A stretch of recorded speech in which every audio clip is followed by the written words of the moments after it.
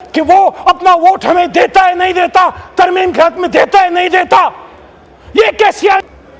تو میرے دوستو، آپ آئین سازی کیجئے لیکن لوگوں کے سروں سے دوپٹے چھین کے نہیں. آپ آئین سازی کیجئے لیکن فیاض ہمارے ایم این اے ہیں، آپ کے بھی بچے ہوں گے، آپ کے بھی بیٹے ہوں گے، کہ وہ اپنا ووٹ ہمیں دیتا ہے نہیں دیتا، ترمیم کے حق میں دیتا ہے نہیں دیتا. یہ کیسی آئینی ترامیم ہے جس میں ہمیں اس کو اغوا کرنا پڑ رہا ہے؟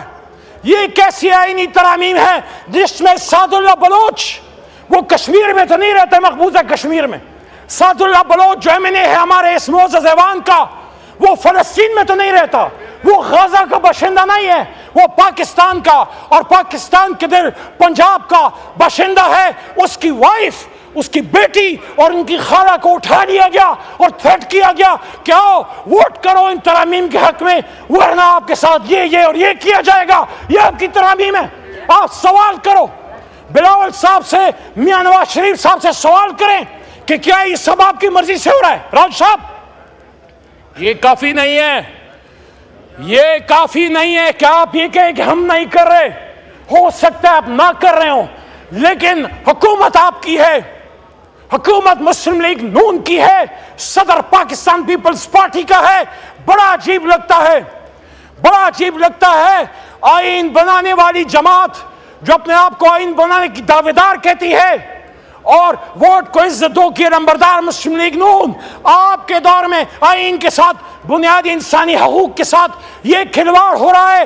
آپ مجھے بتائیں، کیا آپ پاکستان کی تاریخ کے سامنے سرخرو ہوں گے آج جو سپریم کورٹ پہ حملہ ہے، آج جو جناب ڈپٹی اسپیکر صاحب توجہ کیجئے، آج جو چیف جسٹس آف پاکستان پہ حملہ ہے، یہ تو وہی چیف جسٹس کی کرسی ہے. بڑا شہید بی بی کی بات کرتے ہیں. صرف قربانیوں کو ہم نے کیش نہیں کرنا، ان کے قربانیوں کا جو ماخذ ہے، اس کا جو اصل ہے، اس پہ عمل کرنا ہے. شہید بی بی نے اپنی شہادت سے پہلے کہا تھا اپنے چیف جسٹس کے گھر پہ پاکستان کا جھنڈا لہراؤں گی. میاں صاحب خود نکلے تھے، لانگ مارچ کیا تھا چیف جسٹس صاحب کے لیے اور سپریم کورٹ کے لیے. قاضی حسین احمد صاحب نے قربانی دی اور ہمارے لیڈر عمران خان صاحب نے جیل کاٹی آزاد سپریم کورٹ کے لیے. تو جناب ڈپٹی اسپیکر صاحب، جب اتنی قربانیوں سے ہم نے اپنے سپریم کورٹ کو مضبوط کیا، چیف جسٹس کو توانا کیا، اس کی کرسی کو تگڑا کیا، آپ پھر کیوں اپنی باتوں سے پیچھے ہٹ رہے ہیں؟ آپ کیوں پھر سپریم کورٹ پہ حملہ آور ہو رہے ہیں یا اپنا کندھا دے رہے ہیں؟ کیا ایک ملک میں دو وزیر اعظم ہو سکتے؟ چیف جسٹس دو کیوں؟ آپ کو ایسی سپریم کورٹ کیوں چاہیے جو آپ کے سامنے لیٹ جائے؟ آپ کو ایسا قاضی قضات کیوں چاہیے جو آپ کے سامنے ہاتھ جوڑ کے کھڑا ہو؟ آپ اپنی آئینی ترامیم تو پڑھیے. میں خود اس پارلیمنٹری کمیٹی کا ممبر ہوں، 2018 سے ممبر ہوں. اس میں 8 ممبران ہیں، 4 حکومت کے، 4 اپوزیشن کے. جب آپ نے جناب ڈپٹی اسپیکر صاحب، جب آپ یہ قانون سازی کی کوشش کر رہے ہیں کہ پارلیمنٹری کمیٹی آن ججز میں آپ حکومت اور اپوزیشن کی تعداد میں فرق ڈال کے حکومت کی تعداد بڑھا رہے ہیں، تو آپ بیسیکلی کیا کر رہے ہیں؟ جو حکومتی ممبران ہوں گے وہ اپنی حکومت کی لان ٹو کریں گے.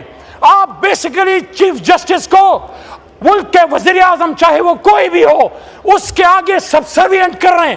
اگر وزیر اعظم پاکستان چیف جسٹس کو نامنیٹ کرے گا تو اسلام کا کانسیپٹ ہے قاضی علی السلطان. قاضی سلطان کے اوپر طاقتور ہوتا ہے، وہ ہر کسی سے پوچھ سکتا ہے. جب آپ اس کے طریقہ انتخاب کو چینج کر رہے ہیں، آپ بیسیکلی کانسٹیٹیوشن کے گرنڈوں کو چھیڑ رہے ہیں، بنیادوں کو چھیڑ رہے ہیں. ہمارا آئین پاکستان سپریشن آف پاورز کے کانسیپٹ پہ مشتمل ہے.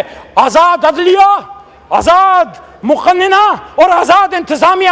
لیکن جب آپ نے 19 بیلنس چھیڑ دیا تو آج تو آپ کو اپنی مرضی کا کوئی چیف جسٹس مل جائے گا، لیکن کل کو پھر کوئی اور مولوی مشتاق ادھر سے پیدا ہو کے کسی اور بھٹو کو ٹانگے گا. کیا آپ تاریخ میں جواب دے سکو گے؟ کیا آپ سرخرو ہو سکو گے جو آپ سپریم کورٹ کو حکومت وقت کی پاؤں کی جوتی بنانا چاہ رہے ہیں؟